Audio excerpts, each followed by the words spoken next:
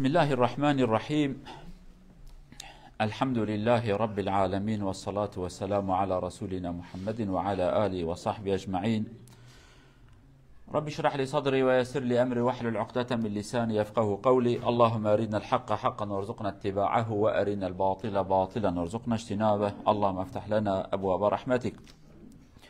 أيها الإخوة الأفاضل، اليوم نتكلم عن رسولنا صلى الله عليه وسلم وكيف كان يقوم بحل مشكلة الفقر. الفقر من أعظم مشاكل العالم اليوم. بالفقر وبالغنى يختلف الأمم والشعوب. بالفقر يفقد الإنسان كرامته، شجاعته، شخصيته. بالفقر يحصل القتل، يحصل السرقة، يحصل الجرائم، لأنه لا يوجد مال. الفقير يعمل أمور كثيرة. فحينما يكون الشخص فقيرا يفقد صحته، لأنه ما في فلوس يذهب إلى الطبيب. إذا ما في طبيب يزداد سوءا. يعني الفقر والبطالة يغذي كل منهما الآخر. لنرى كيف كان الرسول صلى الله عليه وسلم يقوم بحل المشاكل. طبعا قبل ما نذكر حل الرسول نرى بأنه كيف كان ينظر إلى الفقر. نظرة الرسول كذلك إلى الفقر. برايد عزيز إيرا مبحثة شبكن پیغمبر ما عليه الصلاة والسلام او چراسریا بطالبونه. بطالبون زانه چه بکردی؟ بطال عیشتنه، يعني بیکاری. بکردید بین بیکار، يعني کاری بیتنه، يعني بطاله. يعني بيجن چت که از بطالم. بطال عربی هاتیه. املالی دیاربکر دی فرانکس و بطاله، يعني بطاله کاریتنه، بیکاره، بیعیشه، يعني بیکار. يعني اوه بیکار. ایجا اوه کو کاریتنه بیکار بون کو ام بيجن عربيت بيجن البطاله، يعني عيشسizlik. يعني بينك فقير وبرتنا عيشتنا كار كيتنا بك نانتنا بخو. يعني اولا مش بير ما امنكن اف بيكاري يجي فقيري دايكا پر نخوشينايه. نخوشين نه بدنا انسان تنه، نخوشين اخلاقي. فقيري چه به انسان دزيت که، فقيري چه به انسان دروات که، فقيري چه به انسان چه دزيه خلقي ملت دگجه. يعني فقيري چه به اخلاقي چه بن. مع الاسف بناوه هناك انسان ادا الولات ما بسلمان بيجن هناك انسان جه فقيري چن گرچکه خود فروشن به پرمتنه عقل وانها شیطان جوانا گوتید پرتتنا گرچکاک بفروشه. فقيريه جند چه به اخلاقيت که به پرتن از بخوم بنه. يعني الشيطان فقيري كده سبب انسان جان خویش دفروشه، شرف خویش دفروشه. تشتكي پر پیسه فقيري. انسان فقير دبه نخوشت کبک لورا خورنک باشت نخوی. عادت انسان اگه خورنک ویتامین گوشت تشت برون نخو بدن ضعیف تبه. که بدن ضعیف تو تنکاری کار بکی، کد کار نکی ده فقیر دبید. کد فقیر بکی تنکاری هری دکتوره. ور حاصل فقیری و نخوشی یک آول داره یکیت که. انسان فقیر ده زیاده نخوشت که بن، انسان نخوش ده زیاده فقیر دبن. يعني یکی تمام که. که فقیری چه بو انسان دی تجارت خرابیش که وانه که توز مزید فروش نم بجن توز نارکوتیکا پر انسان سبب یک دست بید کند بهش فقیریه. اجار کی بفروشم را پریم چه بهش بی فقیری فلتم. یا جی بهانه کادی درخستنه میره فقیره دردی هنه دبی ولاز عراق بدخم جوان از خوشبیر بابکم. شیطان جی ریاد دینه، يعني شیطان جی ریا گلک دینه. دبي اما صحتك يجي بيه درد شخا و خبره درد تتنبن صحت خلاص بود ايش ابهات سرمن تيسا درد من هي. ور حاصل شوكو پیغمبر عليه الصلاه والسلام در حق آراق در خمره داد به ام الخبائث دايكا تفكي بي سي تي ورازلتيه. فقيريش دايكا فرتشتي بيسه. يعني فقيري انسان براسي قالك محجوب وشرمزار وتشتي خرابتك. كان معنا بخاين ام بتماشاكن پیغمبر در حق فقیری ده چه گوتی؟ معنا بخاين او داوی درد درمان پیغمبر دیتیه. اولا حينما ننظر الى رسولنا صلى الله عليه وسلم نرى ونسمع بان الرسول صلى الله عليه وسلم كان يقول بعد كل الصلاه، هكذا الكتب يقول، كان يقول في دبر كل الصلاه: اللهم اني اعوذ بك من الكفر ومن الفقر. الكفر والفقر. الرسول كان يعوذ بالله من هذا الشيء، أولا من الكفر والثانية من الفقر. أي الفقر شيء كان الرسول صلى الله عليه وسلم يهرب منه كثيرا ويقول: اللهم إني أعوذ بك من الفقر لا تجعلني فقيرا. وهناك أظن كلام لسيدنا علي رضي الله عنه يقول: لو كان الفقر رجلا لقاتلته. شوف هكذا الفقر شيء جدا، كاد الفقر أن يكون كفرا هكذا. إذن الفقر شيء يهين الإنسان كثيرا، لذلك الرسول صلى الله عليه وسلم قدم حلولا لقلة الفقر، أو حتى يرى حلولا للبطالة، يقل عدد البطالين ويزداد عدد العاملين حتى يصل المجتمع إلى مستواه الطبيعي. مثلا نيرينا پیغمبر، نيرين يعني بتركي بين باقش آجسي نظرة، يعني نيرينا پیغمبر دماغ تماشي فقيريت کرد گو اعوذ بالله یا ربی تمش فقیری بپاريزي. حساب که پیغمبر علیه الصلاة والسلام روایت بيجن دبي پشت هر لميجي کرد گو السلام عليكم السلام عليكم يا ربي تمج كفري بپاريزيش فقيري بپاريزي او داويج عذاب قبريج بپاريزي. پیغمبر في دعا هانيت کرد.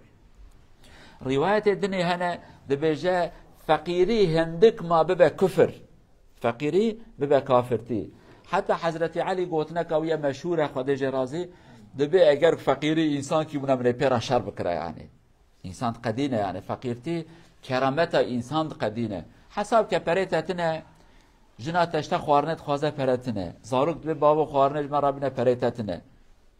سر ماي هاتيك تي حق اجاره خاني خو كرا يبدي پريتاتنا. زاروك يتچن مدرسه پیلاوا وان قطانديه پريتاتنا. زحمتها پر زحمته.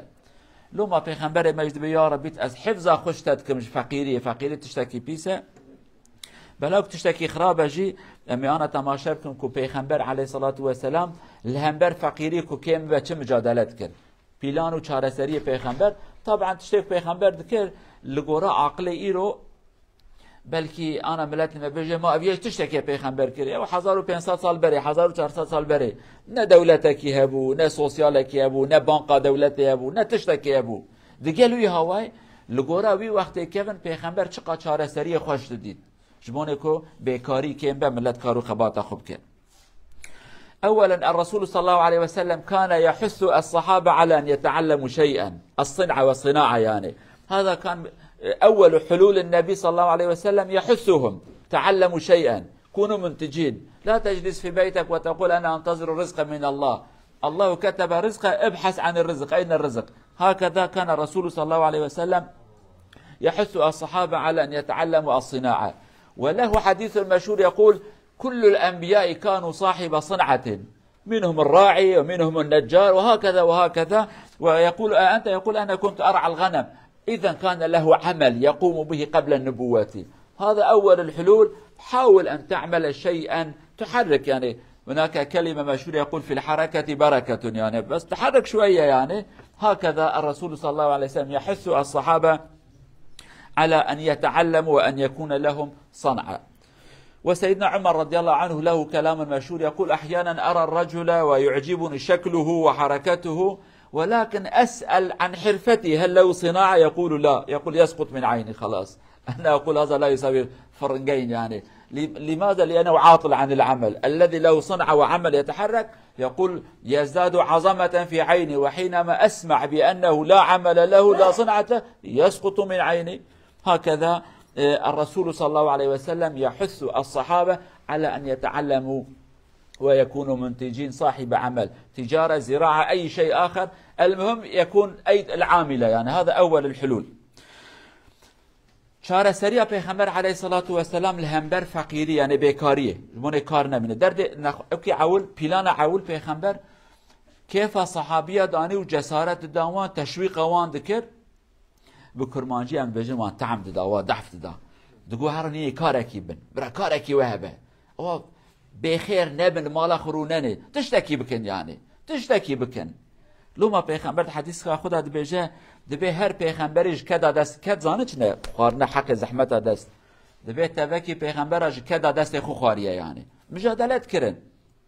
حضرت داود معروفه که ام کرمانجید بین خرات، يعني مرنگوز، يعني نجار نوسا اویک دارا داشت راش، يعني دار تراش مرنگوز به حضرت داود. ش پیغمبر دبی میجی شوانی کریه، شوانی صنعتك، يعني مهمت الفالا نسكني ايش كي بكي حمال دبي تزاني تفاس كت باقشيت كي تزاني تدبي شوان تشتكي بك، يعني نسكن نبي خديت خوارني بدي من صنكه.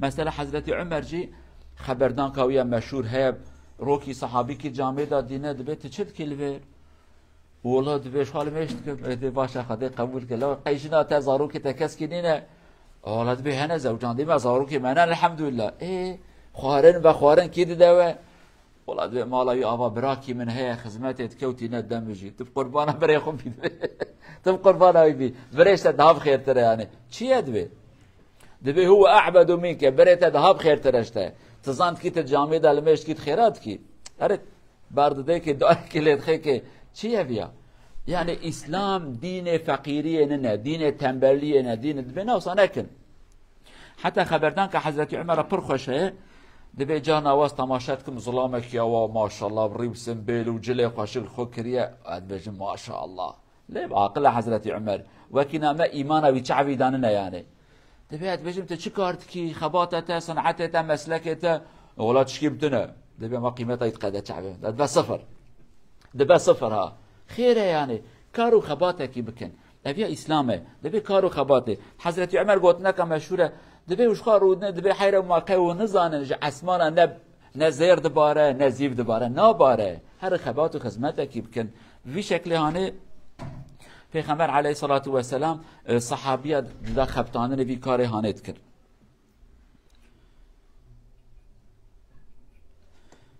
الأمر الثاني الرسول صلى الله عليه وسلم كان يعطي القيمة للعامل الذي يعمل يقول هو عندي صاحب مكانه نحن الآن في هذا العصر الذي يعمل لا نرى إليه أو لا ننظر إليه نظرة احترام ولكن الرسول صلى الله عليه وسلم كان ينظر إليهم نظرة احترام وله حديث مشهور يقول ما أكل أحد طعاما قط خيرا من أن يأكل من عمل يده أفضل الشيء الذي أنت تأكل ما تعمله بيدك وتأكل ما تأتي به بالرزق يعني إذا كان يحث الصحابة على أن يعملوا وأن يكون لهم عمل ولا يروا إلى أو لا ينظروا إلى العمل نظرة تحقير لا العمل شيء مقدس في الإسلام كما نقول يعني ليس تقديس العبادة والكعبة ولكن شيء يحترم يعني تشتهد دو يا پیغمبر شذكر عليه الصلاة والسلام قيمته دا كار وعيش اي خباتت كرم پیغمبر دو تشتكي پر باشتكي تشتكي قال لك بخير عفر مشترى رندي يعني تشتكي باشتكي حتى حديثه ويا مشهورة دبي ان خوارنا پاك وحلالك وندخون اوا دستوه يعني دستوه ان خوارنا باشه تماشا که جبان انسان چه کارید که برا بکه نبجه ما قی کاره مجی کاره مثال از امامم و عاشق دستینم یک ماموستایه یک دکتوره یک پاقجیت که مثال پاقجیت که هر کس کم تشکید کن خوارنا من چه قاس حلال به آویج اوقا حلاله آمن چه قاب شرف به آویج اوقا شرفه اسلام و هاج مراتبه یعنی ابیا بخوشی پیغمبر چه ما بیتشده به جبان انسان کار خوب شوک ندینه نبی یازی ببم دکتر یاز کار کدنه ناکم کاره بکه کاره تا چد و برابه تهری ام بیجن کولانا جعده پاقش کی تهری مریا بشوی تهری قبره بکولی تهری زیرا بلا بکی تو چه بکی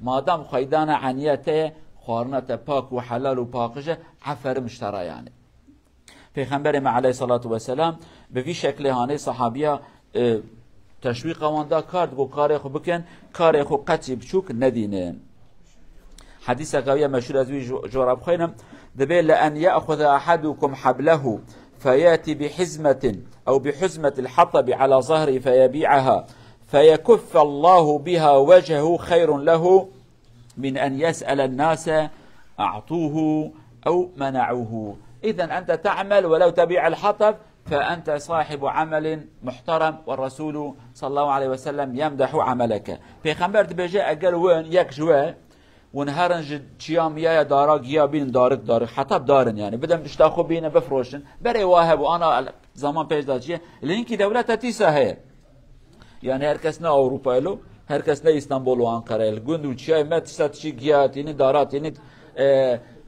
فهم عربی نه فهم کرمانجی به کومر کبره راش يعني هر کس بی خدمتت که پیغمبر بجا ونهارن دارا بدم اشتاخو چیا کی بینم بفروشن برای که دسته و اون پیتر ببین چهتره اون هرن دست خوفکر ملت داوا آن نداوه دبیاتن واد کن روزا قیامت هنک جواتن حضور خواده تشتکی سرچعب وان داتنه يعني گوش مشت وان تفچیه رزیل و رسوابونه يعني طبعا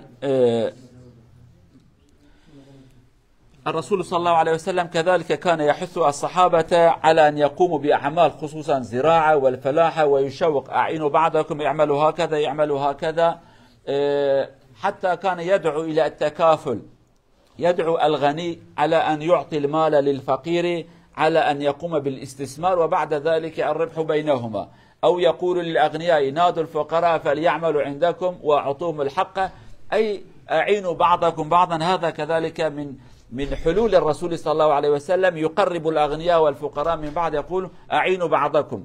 هاجر المسلمون إلى المدينة، فالرسول صلى الله عليه وسلم نصحهم، نصح الأنصار، قال ادعوا إخوانكم المهاجرين فليعملوا عندكم والربح بينكم، الأيدي العاملة منهم وأنتم صاحب المال، وزعوا هذا بينكم، التعاطف والتعاون والتكاتف بين الأغنياء والفقراء. تشتكي دنه پیغمبر چاره سری کادنه ذکر علیه الصلاة والسلام، دگو برا زنگین آلیکاریا فقیرا بکن، نک پر صدقه بدن، و پیغمبر ندگو صدقه کیفا پیغمبر جرا ندهاد علیه الصلاة والسلام، دگو ای زنگین پر بده فقیر بجه هر پی تجارت کی بکه، تلگون دی هر پی بزنا بستینه، بهر مریشکا بستینه، عرض تهی هاشتا بی پره هانه هر عرض اجاره بکه، گنن با بجه کی هاوین بفروشه اشترا نیویج مرا، عرض تهیه زیده گازی فقیره بکن براورن جمته کار بکن، اوه کار بکن تی پره بدیوان.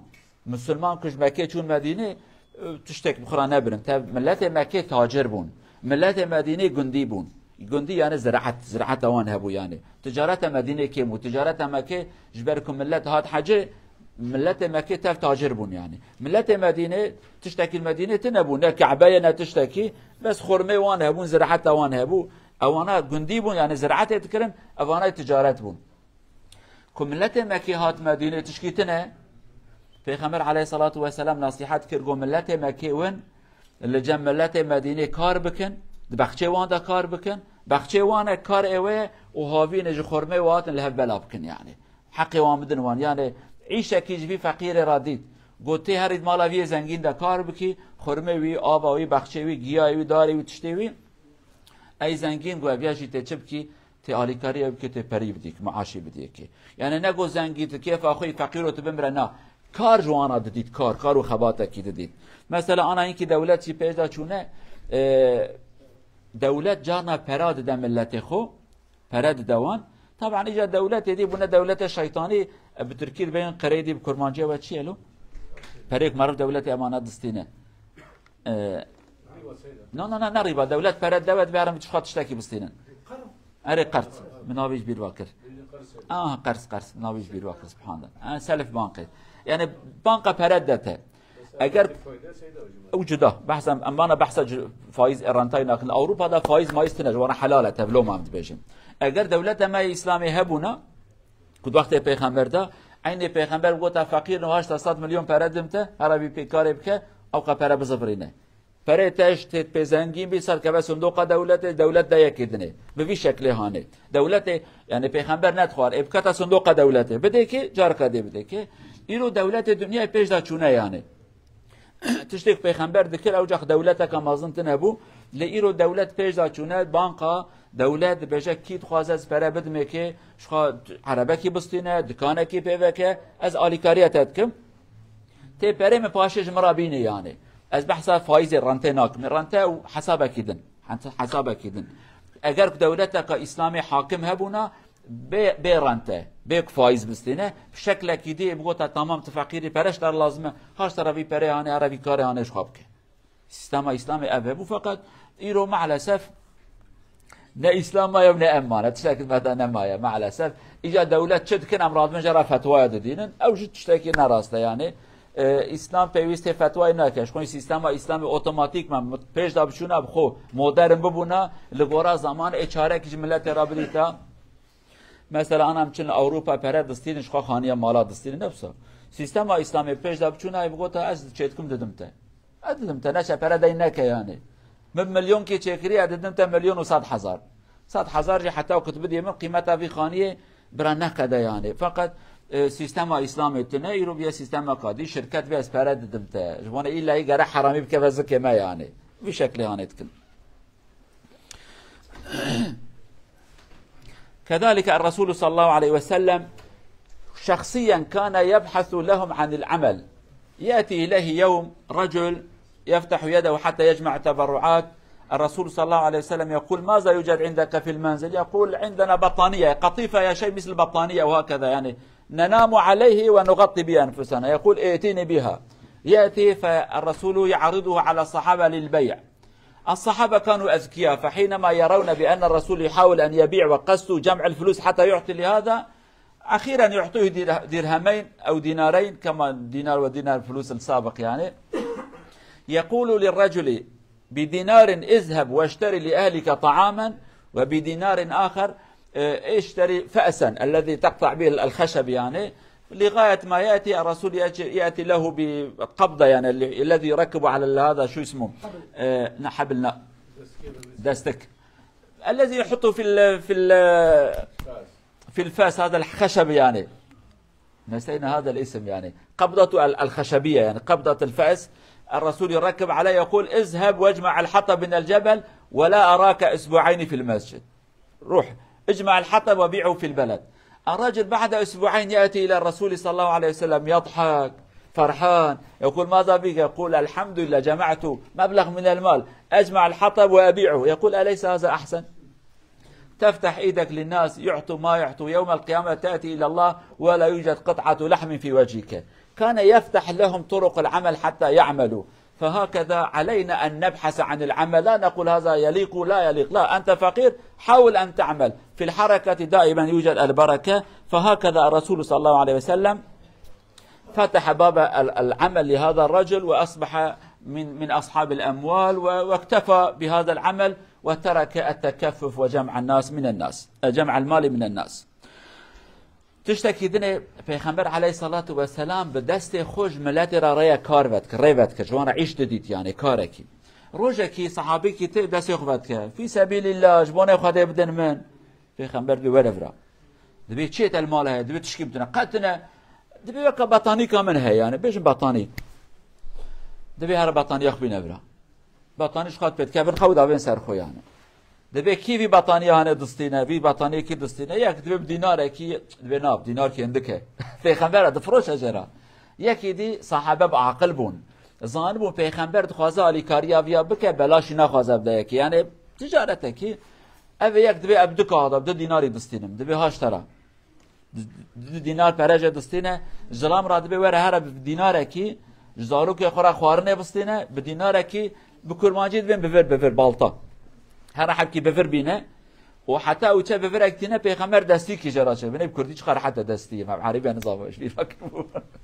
دستی کی تینه ده که دبی هاش طرفیا ده هفته ترجمه ندینم ده هفته گرت نه جامعه هر چیا میای بگره دار مارات کوم که بشکی نجی که بینه بفروشه بدم ملته حتی ده هفته ندینم دبی تمام ده هفته چه کارت که ده هفته خلاص بده آبسکی گلایی گش بیه پرکت نجی بایی خوارنه خواریه پیغمبر به خیره دبی الحمدلله یا رسول خدا و پریم چه بو یعنی پیغمبر جره کار کی دید وی فقیر فهمند که بریاوی پیغمبر گواره دار مارا بینه بفروشه ملته براشقا تا صوبه مومای بازار هنه مثال به شکل یعنی دبی بینش خب خیره تب خیدان عنیه خو کامیرا چی کارت کی تینی پرتا چه بو دست خوش ملت را وناک یا دست فکرن تشکی پیسه دست خوبت کی روز قیامت تتی حضور خدا سرچعبه تا پرچکی گوش نمایه اسکلت زانه چه عصیب تنه عیبت بیوسانه کن یعنی به وی شکل هانه پیغمبر علیه الصلاة والسلام دگو دست خود رجه بکن کاراش خواه بکن جزنگین را دگو آلی کاریا فقیر بسمام خوب که پربده که برعیش کی بکه دولت داوان فقیر را دگو نبجن کاریم بی قیمته نه کار کی بکه چد ببرابه ایرو نفس مقنا ده بریم هر تشتكي بكن اما پیغمبر دگو وی کار بکه مادام تب حلالیش خواه پرتینی عفرم شترا هر پر بحلالی ها چد ببرابه خوازی هر توالت پاک بکه خوازی هر جنازه بشو مادام خویدان عنیت تب حلالی تینی بکردید بجن وکینش وکا شیر دی مرواج مروار حلاله يعني پاکش و حلاله يعني اسلام اقصا قیمت ده که او پیغمبر به وان شکلاف بیکاربونه یعنی به ایشبونه بیکاربونه کم کرد و کار بکن به شکلی که صحابی‌ها را کار دادید. هیویا ما وکو انسان ما يكو کار دکن زیده ببن، زنگین ما رحمت که بدلوان، فقیر ما جه غیرت و بوارا چه به کار و خبات بکن ويدي محتاج كسكي نبن. نرجو الله عز وجل أن يرزقنا الغيرة على العمل، أن نعمل نشتغل، يغني الله عز وجل بالحلال عن الحرام ولا نبحث عن الحرام، وأن نكون أيدي العاملة المنتجة إن شاء الله. إلا أن نلتقي في الجمعة القادمة. ابقوا في حفظ الله ورعايته حتى حفتاتي خدي بريود هذا يتربك إن شاء الله. كارو خباتي بكن ها. ده قردش